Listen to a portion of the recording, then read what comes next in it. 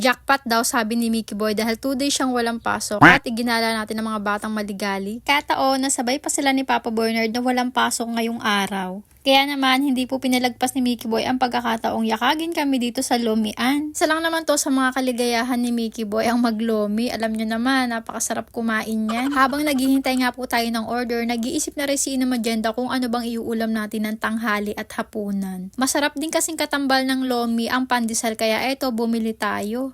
At napansin ko, paliit na ng paliit ang pandesal natin. Mamaya gapiso na lang to. Tanda ng pamahal na lang talaga ang mga ingredients. Kaya eto, pinagkakasya sa 2 piso yung laki. Hindi nga mawawala sa order natin ang lomi. Tapos kami, nagpansit gisado naman ni Papa Bernard. Natatawa nga po ako sa sabi ni Mickey Boy kasi sabi niya, lugi na naman daw si Kuya Brad kasi hindi siya nakapag-lomi, siya lang daw. Jackpot na jackpot daw. Nitong mga nagdaan kasi ay nililimitahan ko na rin ang pagkain ng lomi kasi nakakataas daw to ng kolesterol. Abay damay-damay na, alangan naman ako lang ang nagtitiis kaya magtiis muna kayo sa gulay at isda. Masustansya naman yun. Habang kumakain siya dyan, iniisip niya na agad pagkatapos niya daw kumain, ano na daw gagawin niya at saan daw kami pupunta. Aba, may balak atang mamasyal ang batang are. Sabi ko nga po ay wala sa budget ngayon na mamasyal kaya stay in muna tayo sa loob ng bahay. Nakakatamad din kasi pong gumala kasi nga naulan, baka magkasakit lang or magkasipon, nakakahirap gamutin. Ang tagal-tagal pa naman bago mawala ang sipon. Kung tatanungin naman po nyo kung nasa si Kuya Brad, may pasok po siya kaya sabi niya lugi daw. Charot. Alas 12 pa nga nauwi yon at malamang bago mag alas 12 kailangan nakaluto na ako kaya nag-iisip na talaga ako kung anong bibiling ko sa labasan. Eto naman si Mickey Boy, nag-iisip na rin kung saan daw siya mamamasyal. Halaka. Iniisip ko nga, kailan ba nag-umpisa na naging paborito nila ang lomi? Kasi dati hindi naman. O dahil dati ay hindi naman kami umu-order nito. Hindi ko nga dati to kilala kahit napakatagal ko na dito sa Batangas.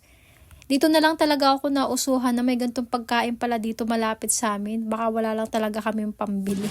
Ang alam ko lang talaga na sikat na tinitinda dito sa Batangas ay yung kulawo. Kasi nakikita ko yung sa manginginom dito sa amin. Charot. Ayun nga, pagkatapos namin kumain ay namasyal muna kami to sa Imperial. At nakita ko tong apo kong si Alorang napakaligalig. Kaya isinama namin sa pagbili ng gasolina dun sa motor.